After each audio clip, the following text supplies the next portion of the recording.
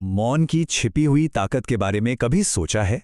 ये एक ऐसा टूल है ना जिसे अक्सर लोग गलत समझ लेते हैं, पर असल में ये अविश्वसनीय रूप से पावरफुल हो सकता है। कभी इस बात पर ध्यान गया है? सोचिए, किसी मीटिंग या ग्रुप डिस्कशन में जब हर कोई बोल रहा होता है, अपने अपने पॉइंट्स रख रहा होता है, तो एक इंसान होता है जो बस चुपचाप सब कुछ देख रहा होता है। जहां बाकी लोग खुद को एक्सप्लेन करने और सही साबित करने में लगे हैं, वो शांत इंसान सिर्फ ऑब्जर्व करता है। और देखते ही देखते ऐसा लगता है जैसे पूरे कमरे का कंट्रोल उसी के पास आ गया है। अक्सर हम ये मान लेते हैं कि जो लोग शांत रहते हैं वो या तो शर्मीले होते हैं या उनके पास बोलने के लिए कुछ है ही नहीं। लेकिन जानते हैं, सच्चाई इससे बिल्कुल अलग हो सकती है। कई बार वो इसलिए शांत नहीं होते कि उनके पास कहने को कुछ कम है, बल्कि इसलिए क्योंकि उनका दिमाग कमरे में मौजूद बाकी सभी लोगों से कहीं ज्यादा इंफॉर्मेशन प्रोसेस कर रहा होता है। तो चलिए थोड़ा और गहराई में चलते हैं। आखिर एक शांत दिमाग के अंदर चल क्या रहा होता है? साइकोलॉजी हमें इसके बारे में कुछ बहुत ही दिलचस्प बातें बताती है। देखिए, हमारा दिमाग ना दो तरह से काम करता है। ज्यादातर लोगों का रिएक्टिव माइंड होता है, मतलब कुछ सुना और फौरन जवाब दे दिया। लेकिन जो एनालिटिकल माइंड होता है वो रुकता है। वो सिर्फ शब्द नहीं सुनता, वो पूरे कॉन्टेक्स्ट को देखता है और अलग अलग एंगल से सिचुएशन को समझने की कोशिश करता है। साइकोलॉजी की भाषा में इसी को डीपर प्रोसेसिंग कहते हैं। मतलब दिमाग की ये आदत कि वो जल्दबाजी में रिएक्ट करने के बजाय पहले पूरी सिचुएशन को ठीक से समझना चाहता है। और यही वजह है कि जब कोई शांत इंसान आखिरकार कुछ बोलता है तो उसकी बात अक्सर ज्यादा क्लियर, सोची समझी और असरदार होती है।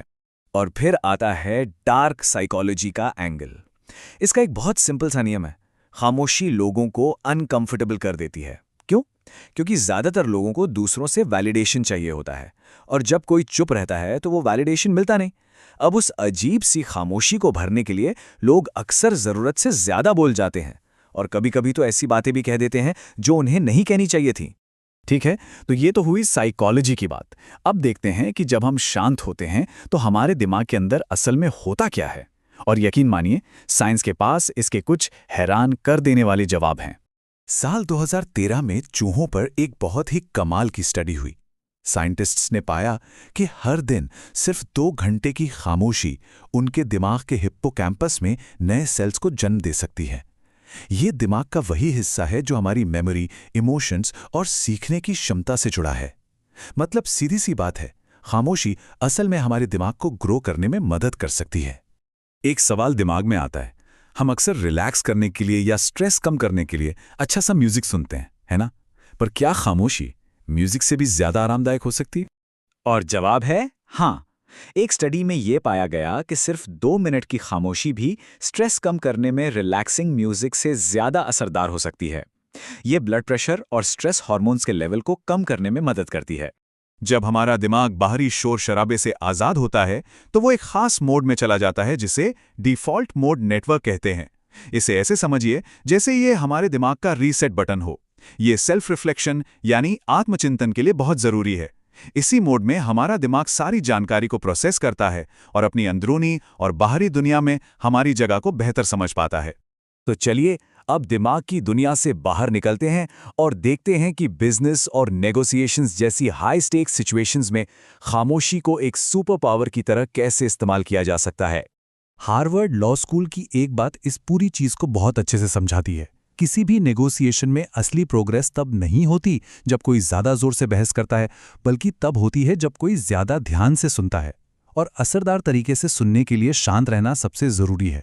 इससे टेंशन कम होती है, भरोसा बढ़ता है और क्रिएटिव सॉल्यूशंस के रास्ते खुलते हैं। इस टेक्निक को कहते हैं एक्टिव लिसनिंग। इसके 3 बहुत सिंपल से स्टेप्स हैं। पहला, सामने वाले की बात को अपने शब्दों में दोहराइए ताकि ये कंफर्म हो जाए कि आप सही समझे हैं। दूसरा, उनकी छिपी हुई जरूरतों को समझने के लिए सवाल पूछिए। और आखिर में उनकी भावनाओं को समझिए और उन्हें मानिए, भले ही आप उनकी बात से सहमत ना हों। इसी को स्ट्रेटेजिक साइलेंस कहते हैं। ये सिर्फ चुप रहना नहीं है, ये एक सोचा समझा पॉज है, एक कैलकुलेटेड मूव। इसका इस्तेमाल प्रेशर को सामने वाले पर शिफ्ट करने, ज्यादा जानकारी निकालने या उन्हें अपनी बात पर दोबारा सोचने के लिए मजबूर करने के लिए किया जाता है। एक बहुत ही पावरफुल टेक्निक है काउंट टू 7 रूल। जब कोई आपके सवाल का जवाब दे तो तुरंत अगला सवाल मत पूछिए, बस 7 सेकंड के लिए चुप हो जाइए। पहले 4 सेकंड में सामने वाला बहुत ऑकवर्ड फील करेगा, लेकिन अगले 3 सेकंड में वो उस खामोशी को भरने के लिए आपको और भी ज्यादा जानकारी दे देगा। सुज़ैन केन की मशहूर किताब क्वाइट में भी इसी बात पर जोर दिया गया है। वो कहती हैं कि इंट्रोवर्ट्स यानी अंतर्मुखी लोग अक्सर बेहतरीन लीडर बनते हैं।